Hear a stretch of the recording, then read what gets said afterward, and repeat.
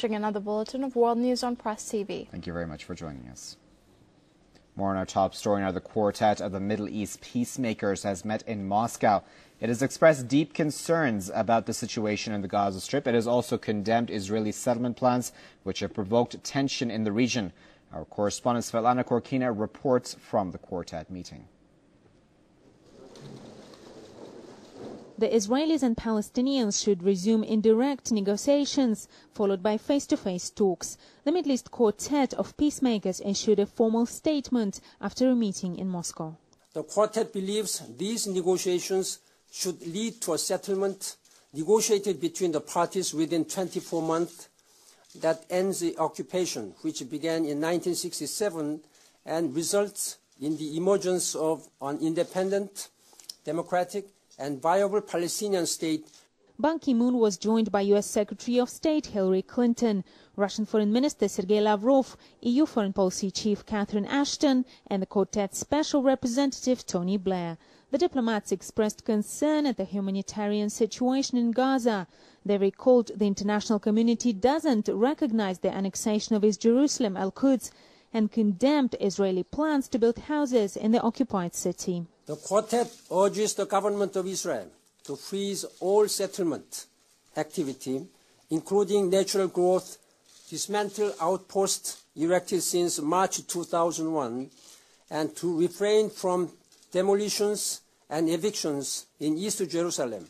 Israel's approval of 1,600 homes came after both sides agreed to hold indirect proximity talks to revive the peace process, stalled for more than a year. Now Palestinians say they will not begin U.S.-brokered indirect talks with the Israelis unless the new construction plan is scrapped. But experts think Tel Aviv will ignore the Quartet's demand. American foreign policy towards Israel and the Palestinian issues is in tatters right now. It's in tatters.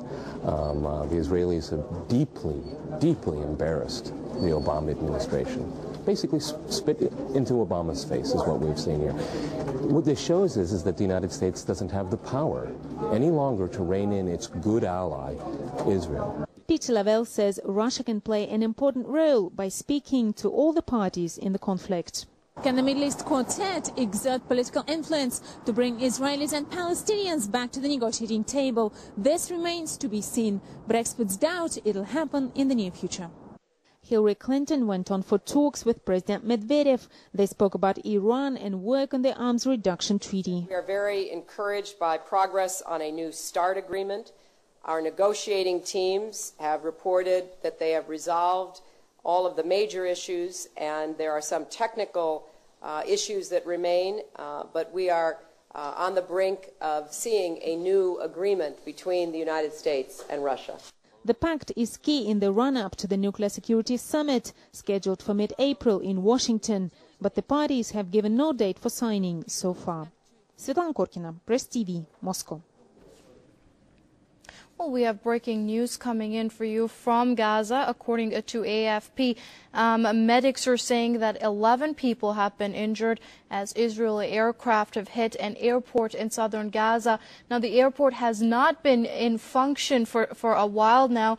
It's the second straight night of Israeli raids on the Gaza Strip, and there is no current information on the response or the condition of those injured. But again, for those of you joining us, 11 have been injured, according to medics, as Israeli aircraft have hit an airport in Gaza. The airport has not been in use for some while. The condition is still not known, and more response coming out of Gaza will be brought to you in our later bulletins, of course. And for a minute-by-minute update on that, you can always log on to our website, presstv.ir.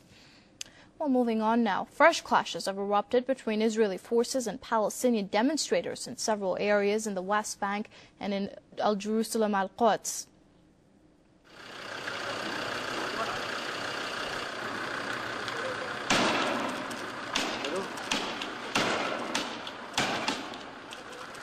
Well, hundreds of Palestinian youths took to the Qalandiya checkpoint to protest Israel's decision to build new settler housing units on occupied Palestinian land and the reopening of a 17th century synagogue near the Al-Aqsa Mosque. Israeli forces fired rubber bullets, tear gas, and concussion grenades to disperse infuriated Palestinians. Similar clashes broke out in the villages of Bil'in and Na'lin and the West Bank city of Al-Khalil, also known as Hebron.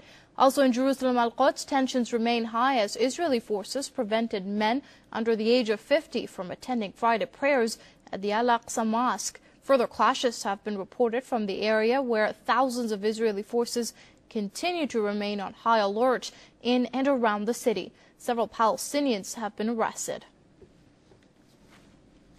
Meanwhile, closer to home now, Tehran's Friday prayer leader says Israeli aggression in the occupied Palestinian lands, including East Jerusalem, Al-Quds, will risk sparking a third intifada. From the beginning, East Al-Quds has not been supposed to become Jewish. This has even been reflected in a number of reconciliatory deals. But Zionists are planning to destroy the Al-Aqsa Mosque and make the area Jewish under the guise of building a new temple there. Ayatollah Ahmad Khatami says Muslim nations will never keep silent in the face of the Israeli plan to demolish the Al-Aqsa Mosque. He lashed out at U.S. President Barack Obama for his failure to deliver on his promise during his presidential campaign to bring about change with regards to the Palestinian issue.